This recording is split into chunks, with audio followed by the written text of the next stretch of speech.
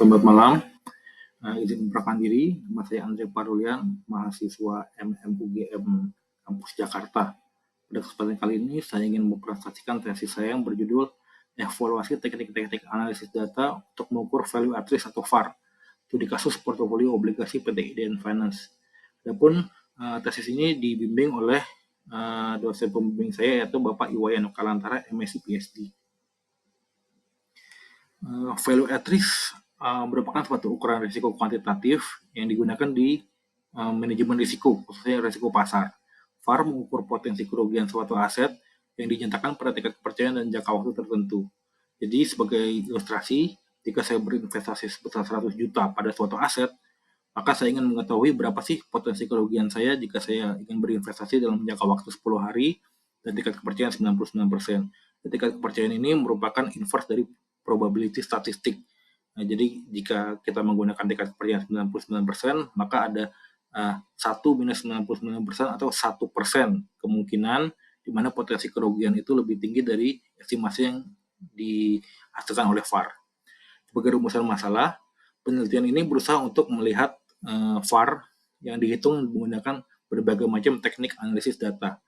Jadi di antara teknik-teknik yang akan dievaluasi akan dilihat teknik mana sih yang dapat menghasilkan VAR dengan kinerja terbaik untuk mengukur portofolio obligasi PT IDN Finance. Untuk PT IDN Finance ini adalah sebuah lembaga keuangan non-bank, itu pembiayaan infrastruktur. PT IDN Finance ini selain melakukan pembiayaan infrastruktur, juga bertransaksi di pasar keuangan, khususnya di instrumen-instrumen seperti obligasi, forex, saham, dan derivatif. Pada penelitian ini, saya memfokuskan untuk meneliti portofolio obligasi dikarenakan portofolio obligasi memiliki eksposur terbesar di PT IDN Finance.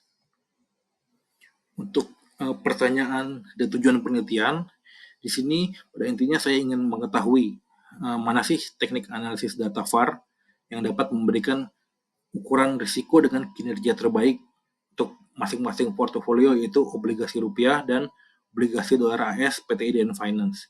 Alasan dipecah menjadi dua berdasarkan mata uang adalah karena obligasi rupiah dan dolar AS itu memiliki faktor risiko sendiri-sendiri, sehingga pengukuran risikonya tidak bisa digabung. Untuk lingkup penelitian dilakukan untuk mengevaluasi 7 teknik analisis. Jadi ada 7 teknik analisis yang dibagi dalam 3 kelompok, yaitu parametrik, non-parametrik, dan Monte Carlo. Untuk parametrik ada delta normal, EWMA, dan GARCH. Sedangkan non-parametrik itu ada basic historical simulation, age-weighted historical simulation, dan volatility weighted historical simulation. Untuk metode parametrik itu menghitung VAR dengan membuat suatu distribusi probabilitas berdasarkan mean atau rata-rata dan standard deviation atau volatility dari data historis return portfolio. Sedangkan metode non-parametrik itu tidak membentuk suatu distribusi probabilitas, namun membentuk suatu frekuensi distribution, ya, seberapa banyak sih suatu data itu muncul dalam suatu kesempatan. Nah, data diurutkan dari yang terendah dan tertinggi dan dicari persentase sesuai dengan tingkat kepercayaan yang digunakan. Untuk simulasi Monte Carlo itu menghitung VAR menggunakan simulasi. Jadi kita membuat sekian banyak simulasi yang kita anggap merepresentasikan masa depan. Dari seluruh simulasi tersebut kita hitung VAR masing-masing, kemudian kita cari rata-rata atau average dari seluruh VAR yang dihasilkan dari simulasi. Untuk menekan parametrik ada 3, yaitu delta normal, EWMA, dan GARCH. Untuk menghitung VAR pada metode parametrik ini digunakan rumus yang paling kiri, yaitu rata-rata dikurangin Z kali standar deviasi, di mana Z itu adalah inverse normal distribution yang dapat dilihat di tabel-tabel di buku statistik, ya, tabel Z. Nah, perbedaannya di antara 3 metode ini terletak pada cara perhitungan volatilitas atau standar deviasi. Untuk delta normal kita gunakan rumus perhitungan standar deviasi sampel. Untuk EWMA dan GARCH ini kita menggunakan teknik rumus yang berbeda, ya. Jadi menggunakan parameter-parameter yang berbeda pula. Sementara kelebihan dari pendekatan parametrik adalah membutuhkan lebih sedikit data historis karena didasarkan pada parameter statistik yaitu rata-rata dan standar deviasi. Dan kekurangannya adalah di dunia keuangan, data historis aset keuangan itu tidak selalu terdistribusi normal. Jadi ada kalanya secara teoritis berdasarkan parametrik ini akurasinya bisa dipertanyakan ya.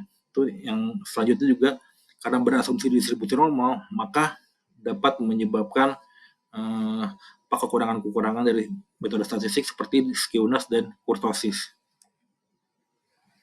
Untuk yang berikutnya adalah non-parametric, ada basic historical simulation, edge-weighted historical simulation, dan volatility-weighted historical simulation. Perbedaan dari ketiga metode ini terletak pada pembobotan. Untuk basic historical simulation, data-data yang kita urutkan dari kecil dan sampai yang paling besar itu tidak kita berikan bobot atau kita berikan bobot yang sama ya. Kita berikan bobot yang masing-masing sama. Jadi setiap observasi itu memiliki pengaruh yang sama terhadap hasil perhitungan VAR. Sementara untuk edge-weighted AWHS ini kita membobotkan data-data berdasarkan usia. Data-data terbaru kita berikan bobot paling besar dan akan menurun secara eksponensial sampai data yang lebih lama. Untuk volatility weighted historical simulation kita bobotkan berdasarkan volatilitas. Jadi bukan dari usia ya, dari volatilitas. Data-data yang hari-hari di mana standar deviasi atau volatilitasnya tinggi itu memiliki bobot lebih besar, dengan hari-hari dengan standar deviasi lebih kecil itu bobotnya lebih kecil. Jadi kelebihan dari metode non parametrik ini adalah sederhana, tidak bergantung pada asumsi distribusi normal, dan lebih mudah dijelaskan pada manajemen. Kemudian juga mampu digabungkan dengan fitur-fitur parametrik untuk menjadikannya semi parametrik.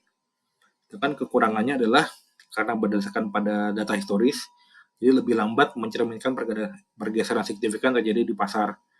Dan outlier dapat membuat nilai VAR terlalu tinggi. Dan karena bergantung pada data historis, maka estimasi VAR tidak bisa lebih tinggi atau lebih rendah dari data historis yang digunakan. Kemudian simulasi Monte Carlo ini step by stepnya adalah kita membuat suatu model atau stochastic process. Di sini saya menggunakan GBM atau Geometric Brownian Motion yang merupakan suatu industri standar ya. Jadi GBM ini kita memsimulasikan pergerakan aset yang kita ingin teliti dalam jangka waktu sekian hari ke depan. Nah, setelah itu dari pergerakan aset itu kita lakukan simulasi, kita ulang terus sebanyak mungkin 100 sampai 1000 kali, sehingga dari keseluruhan simulasi tersebut kita mendapatkan VAR untuk masing-masing simulasi. Dan VAR dari keseluruhan simulasi, rata-rata dari VAR dari keseluruhan simulasi itu ya kita jadikan sebagai VAR Monte Carlo. Kelebihan dari metode ini adalah dapat mengakomodasi proyek stokastik yang lebih rumit, jadi kita practically bisa menciptakan suatu skenario yang sesuai keinginan kita. Yang kedua, dapat diaplikasikan pada derivatif. Kemudian secara statistik, apabila semakin banyak trial, maka standar kemungkinan akurasinya semakin tinggi. Jadi kalau di rumus statistik itu ada standar error ya. Standar error itu ada tergantung dari n atau jumlah observasi. Jika n-nya semakin tinggi, maka standar error pun semakin rendah. Kekurangannya adalah proses Monte Carlo ini membutuhkan simulasi yang banyak sehingga memakan waktu yang cukup banyak. Dan Monte Carlo juga memiliki model risk ya. Jadi apabila simulasi yang kita gunakan itu tidak mencerminkan realita di masa depan yang sebenarnya, maka perhitungan VAR-nya terancam tidak akurat. Sedangkan untuk melakukan evaluasi, saya akan gunakan backtesting. Intinya backtesting ini adalah suatu metode membandingkan potensi kerugian yang dihitung VAR dengan data aktual kerugiannya. Jadi ada dua aspek yang saya evaluasi di sini. Pertama adalah coverage, itu seberapa banyak estimasi VAR yang lebih buruk dari kerugian aktualnya atau dengan istilah violation. Jika jumlah violation-nya lebih tinggi dari ekspektasi, maka VAR yang dihasilkan data tersebut tidak memiliki kemampuan yang baik untuk mengantisipasi kerugian aktual.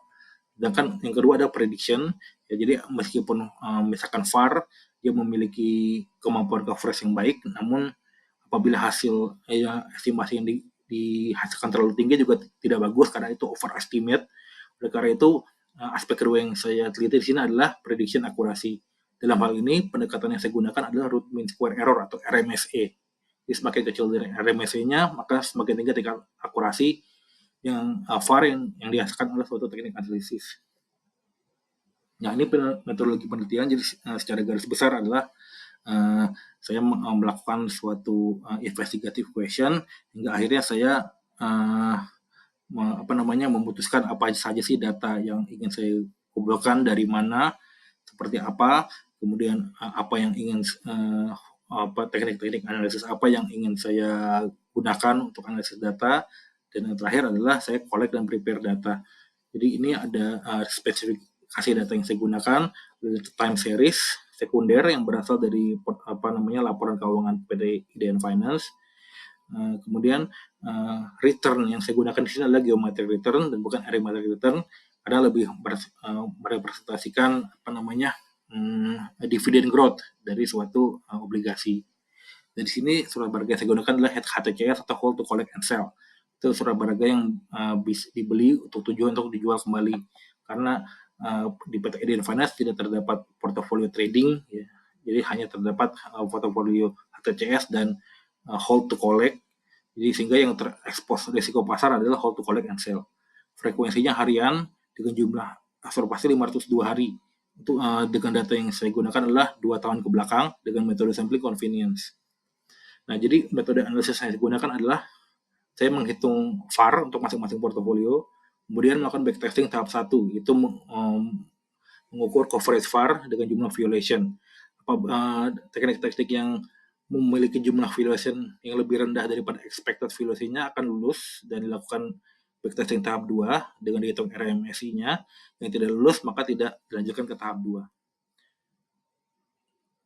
Ini hasil penelitian yang saya peroleh.